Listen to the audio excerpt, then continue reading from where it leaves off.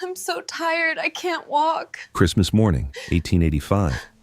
This giant virgin bride just spent her wedding night with the most insatiable cowboy in the West, and now she literally cannot walk. Greta Thornwald, 6'2", 23 years old, virgin, never been touched by a man. She married Colt McCrae on Christmas Eve. A cowboy so insatiable, the town warned her, that man will break you in half. But what happened in that bedroom last night wasn't what anyone expected, because when this giant bride whispers, "I'm so tired, I can't walk," it's not pain in her voice, it's something else entirely. So what did the most insatiable cowboy in the West do to this giant virgin bride on Christmas Eve that left her so exhausted she can't stand? And why is she smiling through her tears when she says it? Let's go back.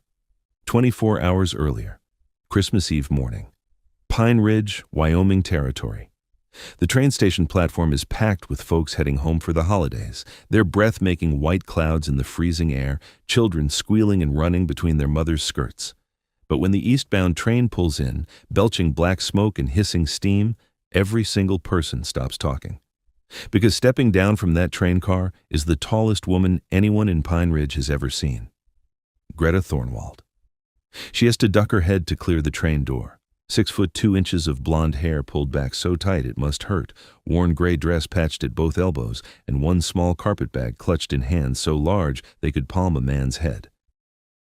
The way she moves, shoulders rolled forward, head tilted down, making herself as small as possible. You can tell this woman has spent her entire life trying to disappear. The women on that platform whisper behind gloved hands. The men stare for 3 seconds too long, then look away fast like they've seen something shameful. A little boy with freckles points his finger right at her, and his mother slaps his hand down so hard the crack echoes. Greta's face burns bright red, but she doesn't cry. She's finished with crying. She left her tears back in Minnesota 3 weeks ago when her father sat her down at the kitchen table, the table her grandfather built, the table where her mother used to serve Sunday supper, and told her the truth she already knew but had been pretending wasn't real. "Greta," he said, not looking at her, looking at his calloused hands instead, "you're a good daughter, strong as any of my sons, but you're 23 years old, and no man in 3 counties will court you. You're too big, girl, too much. And your mama's gone, God rest her, and I got 5 younger mouths to feed, and the bank took the farm last week." He slid a newspaper across that table. This rancher out in Wyoming Territory put an advertisement in the matrimonial news, says he needs a strong wife, says he don't care about size. Her father's voice cracked, says size don't matter to him. Those 5 words. Size don't matter to me. Greta read that advertisement 17 times before she let herself believe it might be true. She read it until the newspaper ink smudged under her thumbs. That night, sitting alone in the kitchen after everyone else went to bed, she wrote a letter by candlelight. Her hands shook so badly she had to rewrite it 3 times. She decided to tell the absolute truth, because lies always catch up to you eventually, especially on the frontier where there's nowhere to hide. She wrote, "Sir, my name is Greta Thornwald. I'm 6'2" tall. I weigh near about 190 pounds. I can lift a 100-pound sack of flour with one arm and carry it a quarter mile without stopping. I can work 16 hours straight through without complaining. I can read and write and do sums. I know how to sew and cook and tend animals. I've never been courted by any man. I've never been kissed. I've never been held. I'm 23 years old, and I'm so tired of being invisible." She almost didn't write that last part, almost crossed it out. But something made her leave it, some small, desperate hope that maybe, just maybe, this stranger 1,000 miles away would understand what it felt like to be so lonely you could scream. 3 weeks later, a telegram arrived at the general store. 4 words that changed everything. "Come to Pine Ridge. Colt." And now, here she stands on this frozen platform, scanning the crowd of strangers for a man whose face she's never seen, who chose her out of 47 responses to his advertisement, who wrote those 5 impossible words. Size don't matter to me. What if he lied? What if he takes one look at her in person and realizes she's even bigger than he imagined? What if this is just another man who'll make her feel like God made a mistake the day she was born? Then she sees him, standing at the far end of the platform, leaning against a wooden post like he's been waiting there his whole life. Colt McCrae. Even from 30 feet away, she can feel the weight of his stare. Black hat pulled low, dark beard covering a strong jaw. Eyes so intense they seem to burn straight through the cold December air. He's tall, maybe 6'1", with shoulders broad enough to fill a doorway. But it's not his size that makes the crowd part as he starts walking toward her. It's something else, something in the way he moves, slow and deliberate, like a man who owns everything he can see and isn't afraid of anything he can't. Women grab their daughters and pull them close. Men tip their hats and step aside, because everyone in Pine Ridge knows Colt McCrae, knows he owns the largest cattle ranch in 3 counties, knows he hasn't touched a woman, hasn't even looked at a woman, since his wife Sarah died in childbirth 5 years ago. Knows the baby didn't survive either, a little girl he'd already named Emma. Knows he works that ranch like a man possessed by demons, riding fence lines at midnight, branding cattle in thunderstorms, breaking horses that other men say can't be broken. The town calls him Insatiable. Not because he takes too much, but because he never stops, never rests, never lets himself feel anything except the burn of work and exhaustion. He stops directly in front of Greta, has to tilt his head back slightly to meet her eyes. They're almost the same height, her maybe an inch taller. For a long moment, neither of them speaks. Greta's heart is hammering so hard, she's sure he can hear it. She's waiting for his face to change, waiting for disappointment to cloud those burning eyes, waiting for him to make some excuse and hand her a ticket back to Minnesota. But instead, Colt McCrae does something that makes Greta's breath catch in her throat. He smiles. Not a polite smile, not a pitying smile. A real smile that starts at his mouth and travels all the way up to his eyes, making him look 10 years younger, making him look like a man who just found something he'd lost and given up hope of ever finding again. "Miss Thornwald?" His voice is rough and low, like he doesn't use it much, like it's rusty from years of silence. Greta manages to nod, can't trust herself to speak. He reaches out and takes her carpet bag from her hand. When his fingers brush against hers, he doesn't flinch, doesn't pull back, just holds her gaze steady and says 6 words that will replay in Greta's mind for the rest of her life. "You're exactly what I needed." Not what he expected, not what he hoped for, what he needed. Like she's the answer to a question he's been asking for 5 long years. And Greta Thornwald, who has spent 23 years being too much for everyone, too tall, too strong, too big, too hungry for a life larger than the one she was supposed to want, feels something crack open inside her chest, feels something that might be hope, fragile as spring ice starting to take root. They don't talk much on the walk from the train station to the church. The snow is starting to fall harder now, fat white flakes drifting down from a gray sky, covering the mud and horse droppings that make frontier towns so ugly. Greta keeps stealing glances at Colt walking beside her, matching her stride perfectly, not rushing her, not slowing down, just moving with her like they have been walking together for years instead of minutes. Every few steps someone calls out to him, "Mornin', Mr. McCrae." "Good to see you in town, Colt."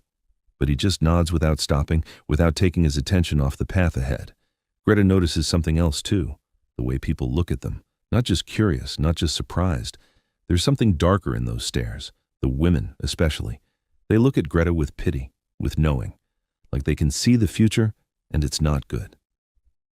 An old woman in a black shawl stands outside the general store. As they pass, she reaches out and touches Greta's arm. "Child," she whispers, urgent and low, "you don't have to do this. There's other ways. You could work, find a payee position somewhere." Colt stops walking, turns, stares at that old woman with such cold fury that she actually takes a step back. "Mrs. Henderson," he says, voice like winter itself, "mind your business." The old woman's chin trembles, but she stands her ground. "That girl don't know what she's getting into, Colt McCrae. You ain't laid with a woman in 5 years. That kind of hunger in a man, it ain't natural. It ain't safe. You'll break her in half." The words hang in the frozen air. Other people have stopped now, watching, waiting to see what Colt will do. Greta feels her face burning again, feels shame crawling up her spine. But then Colt does something unexpected. He looks at Greta, really looks at her, and he says, loud enough for everyone to hear, "I asked Miss Thornwald to marry me because she's strong enough to build a life with, not because she's weak enough to break. Anyone who thinks different doesn't know a damn thing about strength." He takes Greta's hand, right there in the middle of Main Street with half the town watching. His hand is warm and rough, and it completely swallows hers. "Do you want to do this?" he asks, and his voice has changed, gone softer, private, like the crowd has disappeared and it's just the two of them. If you want to get back on that train, I'll buy your ticket. I'll give you money for a fresh start somewhere else.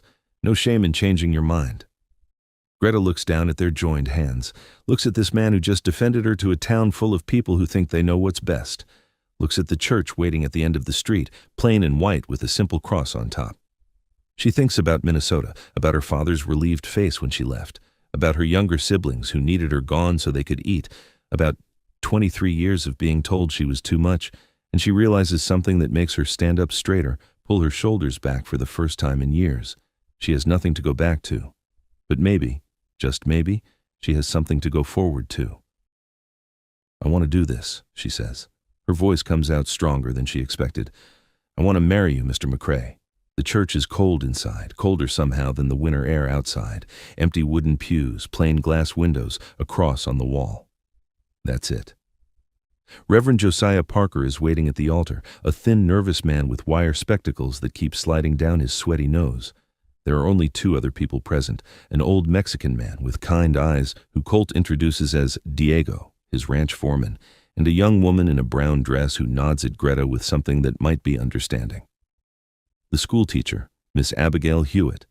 That's the whole wedding party. 4 people in a freezing church on Christmas Eve. Reverend Parker clears his throat 3 times before he starts talking. Dearly beloved, we are gathered here today. His voice is shaking. He keeps glancing at Colt like he's afraid. To join together this man and this woman in holy matrimony, which is an honorable estate, not to be entered into lightly but reverently and soberly. He's rushing through the words, stumbling over them. Mr. McCrae, if you would state your full name for the record, Colt James McCrae. His voice is steady, certain, not a trace of doubt. And do you, Colt James McCrae, take this woman, Greta Marie Thornwald, to be your lawfully wedded wife, to have and to hold from this day forward, for better or for worse, for richer or for poorer, in sickness and in health, to love and to cherish, till death do you part?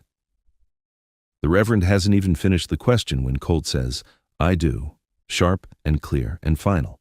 The Reverend blinks. I haven't finished the vows yet, Mr. McCrae. Colt turns to look at Greta. His eyes are blazing. Don't need you to finish. My answer is I do. It was I do before she stepped off that train. It's been I do since I read her letter 3 weeks ago. So yes, Reverend, I do. Greta's eyes fill with tears. No one has ever wanted her like this. With this kind of fierce certainty, like she's not a compromise or a necessity, but a choice he'd make again and again. The Reverend swallows hard and turns to Greta. And do you, Greta Marie Thornwald, take this man, Colt James McCrae, to be your lawfully wedded husband, to have and to hold from this day forward, for better or for worse, for richer or for poor, in sickness and in health, to love and to cherish, till death do you part? Greta looks at Colt. At this man she met 15 minutes ago, this man the town calls insatiable and dangerous, this man who defended her in the street, this man who gave her a choice when no one else ever has. Her voice comes out as a whisper. I do. Colt reaches into his vest pocket and pulls out a ring. Simple gold band. No stones, no decoration. Just pure gold catching the weak winter light coming through the windows. He slides it onto Greta's finger, and it fits perfectly, like he somehow knew her size without ever touching her before today. With this ring, Colt says, not reading from any script, just speaking from somewhere deep, I thee wed. Then he looks at the Reverend. We done here? Reverend Parker's mouth opens and closes.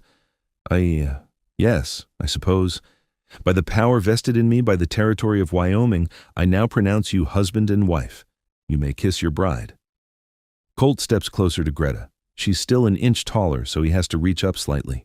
He cups her face in both his hands, and his palms are so warm against her cold cheeks, and he looks into her eyes for a long moment like he's asking permission for something. Then he kisses her, soft and slow and gentle. Not demanding, not taking, just connecting. Greta has never been kissed before, and she didn't know it could feel like this, like coming home to a place you've never been, like finding something you didn't know you'd lost. When they pull apart, Colt rests his forehead against hers and whispers so, quiet, only she can hear. Thank you. Like she's given him a gift instead of the other way around. Behind them, Diego is grinning wide. Miss Hewitt is dabbing at her eyes with a handkerchief. Reverend Parker just looks relieved it's over. They sign the marriage certificate with a pen that keeps skipping. Greta's hand shakes so bad, her signature looks like a child wrote it. Then they're walking back out into the snow, which is coming down in sheets now, and Diego is congratulating them in rapid Spanish. And Miss Hewitt is pressing a small wrapped package into Greta's hands. For later, she says with a meaningful look that makes Greta blush. And then, it's just the two of them standing beside Colt's wagon, this man and this woman, who are now husband and wife. And the wind is howling, and the sun is already starting to set, even though it's only 4 in the afternoon. And Colt says, "We need to get to the ranch before this storm gets worse. It's about an hour ride. You ready?" Greta nods. Colt helps her up onto the wagon seat, his hands steady on her waist, and then he climbs up beside her and tucks heavy wool blankets around her legs, around her shoulders, making sure she's covered completely. "Can't have my wife freezing to death on our wedding day," he says, and there's something in his voice, something tender and possessive all at once, that makes Greta's stomach flip. The wagon lurches forward and Pine Ridge disappears behind them into the white storm. They ride in silence for a while, the only sounds the creak of the wagon wheels, the huffing of the horses, the wind screaming across the open prairie. Greta sneaks glances at Colt's profile, strong nose, firm jaw under that beard, eyes fixed on the road ahead, but his hands on the reins are relaxed, confident. After about 20 minutes, he speaks without looking at her. "The women in town, what they said, about it being dangerous." He pauses. "They're not completely wrong." Greta's heart starts pounding. "What do you mean?" Colt is quiet for a long moment. Then he says, "My wife Sarah, she died 5 years ago, childbirth. The baby didn't make it either, a little girl. We were going to name her Emma." His voice is flat, emotionless, like he's reporting facts about someone else's life. "I loved Sarah. She was good and kind and gentle. Everything a man's supposed to want." He finally turns to look at Greta. "But I haven't touched a woman since the day she died. Haven't wanted to. Haven't let myself feel anything except work and exhaustion. 5 years, Greta. 5 years of nothing."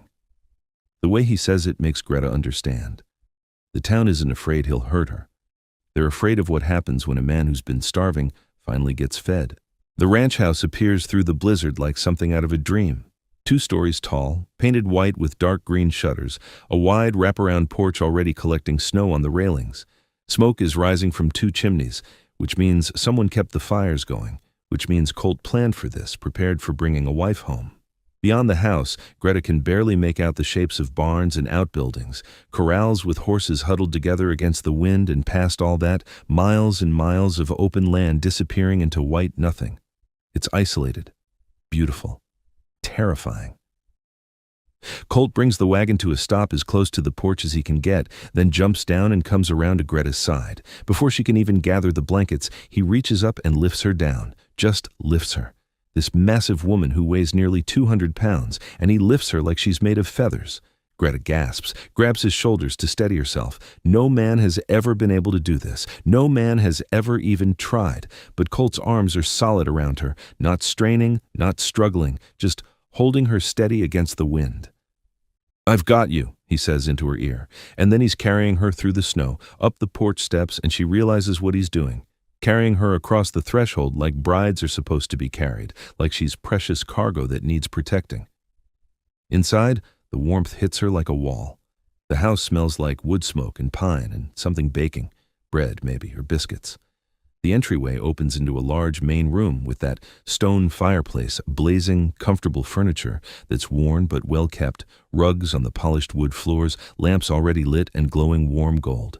It's clean. Everything is so clean. Not the desperate cleanliness of a man trying to impress, but the steady maintenance of someone who takes care of what's his. Colt sets Greta down gently, steps back, and for the first time since she met him, he looks uncertain, vulnerable. He takes off his hat, runs a hand through his dark hair, and says, "I know this isn't what you probably dreamed about when you were a little girl.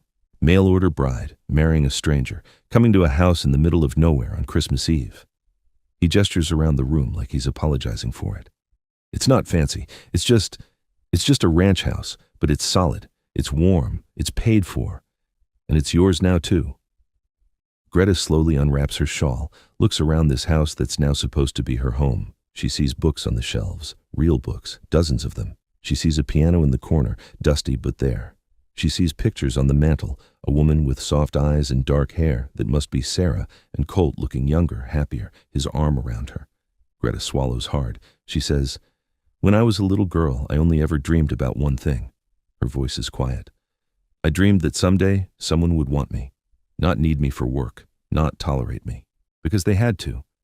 Just want me. That's all." She turns to look at Colt. "Just want me." His jaw tightens. Something flashes in his eyes. Pain, longing, recognition. He crosses the room in 3 long strides and stops right in front of her. "Greta." The way he says her name makes her shiver.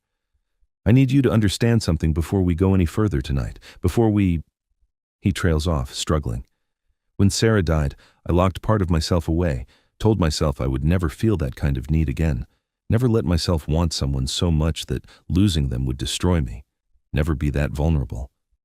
His hands are shaking now, actually shaking. "But then your letter came 3 weeks ago, and you said you were tired of being invisible. And I realized, God help me, I'd been invisible too. Not to other people, to myself, going through the motions, working like a madman so I wouldn't have to feel anything. And I'm done, Greta. I'm so damn done being invisible." He takes her hands. His hands are rough and calloused and warm, and they completely engulf hers. "But here's what that means. What I need you to understand." He's looking right into her eyes now, and she can see he's terrified. "When I touch you tonight, it's going to be 5 years of want, 5 years of hunger, 5 years of everything I've been holding back and pushing down and pretending didn't exist. And I don't know if I can be gentle. I don't know if I can be slow and careful and patient like a man's supposed to be with his bride on their wedding night." His voice drops to almost a whisper. "I'll want all of you, Greta. Everything, every inch, every breath, every sound. And I'm scared that's not fair to ask. I'm scared I'll be too much." Too much. Those words. Greta has heard them her whole life, but never like this. Never from someone afraid they'll be too much for her. She's shaking now too, but not from fear. From something else. Something that feels like power, like possibility. She steps closer to Colt, so close she can feel the heat radiating off his body, smell the scent of leather and winter air and man. She's an inch taller, so when she looks down at him, their faces are so close, their breath mingles in the space between. "Colt McCrae," she says, and her voice is stronger than she's ever heard it. "I have been careful and slow and gentle my entire life because everyone told me I was too much, too big, too strong, too loud, too hungry for things I wasn't supposed to want." She cups his face in both her hands the same way he cupped hers in the church. "So you come at me with 5 years of want. You come at me with everything you've been holding back. And we'll find out together if I can handle it." Then Greta does something she's never done before, something she didn't even know she was capable of. She leans down and kisses Colt McCrae. Hard, hungry, desperate, not asking permission, not waiting for him to lead, just taking what she wants for the first time in her life. And Colt makes a sound deep in his chest like something breaking open, like a dam finally giving way. And suddenly his arms are around her, pulling her against him, and he's kissing her back with an intensity that makes her knees weak. His hands slide up her back, into her hair, pulling out pins, and blonde waves come tumbling down around her shoulders. She's pulling at his shirt, fingers fumbling with buttons, needing to feel his skin. They're stumbling toward the stairs, mouths never breaking apart, gasping for air between kisses. He's walking backward, pulling her with him, guiding her up the stairs without looking. Like his body knows this house so well it doesn't need eyes. At the top of the stairs, there's a hallway, and at the end of that hallway, there's a door, and behind that door, there's a bedroom. Big bed with a carved headboard, white sheets that look soft, quilts folded at the foot, 2 oil lamps already burning, casting everything in warm, golden light. Fresh flowers in a vase on the dresser. Where did he get flowers in December? And the window that looks out over endless snow. Colt turns to Greta, and for just a moment they stand there breathing hard, staring at each other. This is it. This is the moment where everything changes, where they stop being strangers and become something else, something neither of them can take back. Greta is trembling, but not from cold, from anticipation, from years of wondering what this would feel like, if it would ever happen to her, if any man would ever look at her the way Colt is looking at her right now, like she's water and he's been dying of thirst, like she's air and he's been drowning, like she's everything. Colt steps back, never breaking eye contact, and slowly, so slowly it's almost painful. He removes his shirt. His chest is broad, muscled from years of ranch work, scarred in places from accidents and fights and the hard life of the frontier. Then he says 3 words that nearly break her. "Tell me what you need." No man has ever asked Greta what she needs, what she wants. Her whole life has been about making herself smaller, quieter, less, about meeting other people's needs and ignoring her own. But standing here in this lamplight bedroom with this man who chose her, who defended her, who carried her across the threshold like she was precious, Greta finally tells the truth. "I need you to show me what it feels like to be wanted." So he does. Colt crosses to her and his hands go to the buttons of her dress, and he undoes them one by one, slowly, reverently, like he's unwrapping something sacred. When her dress falls away and she's standing there in just her thin chemise, Greta wants to cover herself, hide, apologize for her size. But Colt's hands trace the curve of her hip, the strength in her shoulders, the power in her arms, and he says, "You're perfect." And the way he says it, with wonder, with hunger, with absolute certainty, makes Greta start to cry. Because she believes him. He thinks she's perfect. This man who could have chosen any of 47 women chose her and thinks she's perfect. The chemise comes off. Then everything else.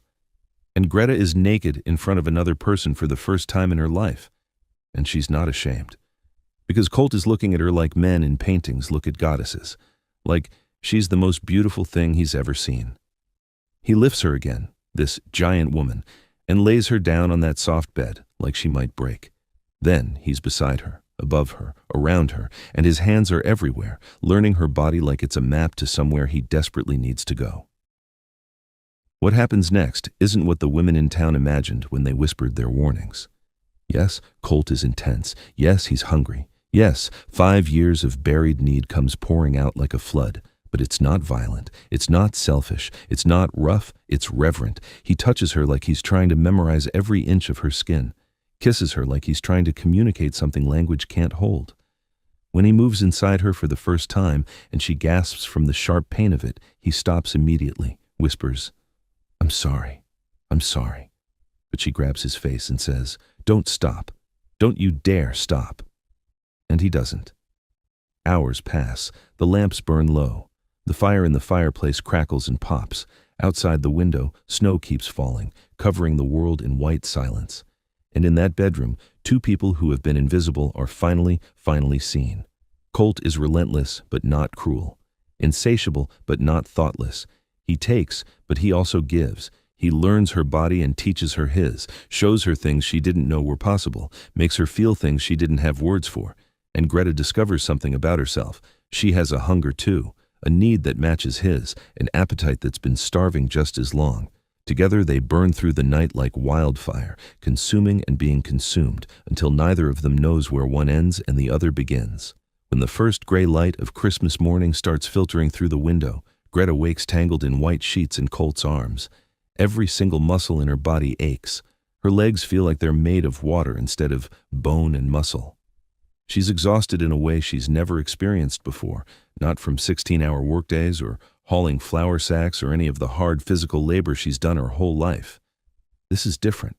This is being completely, thoroughly, utterly spent. She tries to sit up. Her legs don't cooperate. She tries again. They buckle. She catches herself on the headboard, half laughing because it's so absurd. This strong woman who can lift 100 pounds with one arm, unable to support her own weight. Colt stirs beside her, immediately alert the way men who work ranches learn to be. "Greta, you okay?" She tries one more time to stand. Her legs give out completely, and she has to grab the bedpost to keep from falling. Now she's laughing for real, shocked, amazed, a little bit proud. "I'm so tired," she says, and it comes out like a confession, like a secret, like the truest thing she's ever said. "Colt, I can't walk." He sits up fast, concerned, reaching for her. But then he sees her face, sees that she's smiling, sees that her eyes are shining with something that looks like pure joy, and he understands. This isn't pain, this is proof. Proof that last night was real. Proof that she's wanted. Proof that she gave everything and was met with everything in return. Colt gets out of bed and lifts her again, carries her to the chair by the window where Christmas morning light is streaming in, cold and bright, wraps her in the softest quilt, kneels in front of her. "I'm sorry. I should have been more careful. I should have, but Greta puts her hand over his mouth. Don't you dare apologize. Tears are streaming down her face, but she's still smiling. Do you know what this feels like? To be so wanted that my body can't keep up? To be so desired that I'm weak for the first time in my life? She takes his face in both hands. I have been strong every single day of my existence because I had to be. Because no one would carry me. Because no one would help me. Because I was always too much for everyone. Her voice breaks. But you made me weak, Colt. And it's the most beautiful thing anyone has ever done for me. Now he's crying too, great shaking sobs from somewhere deep in his chest, and Greta realizes he's been carrying everything alone too. The ranch, the grief, the weight of pretending to be strong when he wanted to fall apart. They hold each other while the sun rises on Christmas morning. Two people who were too much and not enough, two invisible people who finally found each other. Outside, the world is covered in fresh snow, white and clean and new. A blank page, a fresh start, a promise that sometimes the things that make you different are exactly the things that make you right for someone. Later, Colt makes breakfast while Greta watches from the chair, still unable to walk without wobbling. He brings her coffee and eggs and biscuits with honey, sits at her feet and tells her about Sarah, about the baby, about 5 years of guilt. Greta listens without judging, without trying to fix him. Then she tells him her stories. About being the biggest girl in school. About her mother who died, saying being different is a gift. You just need someone who knows how to receive it. They talk until her legs finally work again. Until the sun is high and the world looks less like a frozen wasteland and more like home. That afternoon, they walk through the snow to see the ranch. Greta's still unsteady but refuses to be carried. Colt shows her the horses, the cattle, the workshop where he builds furniture in winter. Introduces her to Diego, who grins and calls her La Jefa, the boss lady. They climb the hill behind the house where you can see for miles. Sky endless blue, snow blinding white. Colt stands behind Greta, arms around her. I know it won't always be easy. Winter's brutal. The work's hard. Town will talk. And I'm not easy to live with. Moody, stubborn, work too much. Greta leans back against him. Good thing I'm stubborn too. He laughs, really laughs. Greta Thornwald McCrae. Think you can handle being married to the most insatiable cowboy in the West? She turns in his arms. Real question is, can you handle being married to a giant bride who's just as insatiable as you? The look on his face tells her everything she needs to know. Years later, people in Pine Ridge still tell the story about the giant bride who couldn't walk after her wedding night. Some tell it like a joke, some like a scandal. But Greta and Colt don't care because they know the truth. That night wasn't about being insatiable or too much. It was about two starving people finally being fed, two invisible people finally being seen, two lonely people finally being home. Greta learned that being wanted isn't gentle. Sometimes it's fierce. Sometimes it leaves you breathless and weak and unable to walk. And sometimes that's exactly what love is supposed to feel like. If this story touched your heart, hit that subscribe button and turn on the notification bell so you never miss another story about love that defies expectations. And tell us in the comments, where are you watching from? What part of this story moved you most? We love hearing from you. Until next time, remember, the right person won't make you smaller. They'll give you permission to be exactly as much as you are.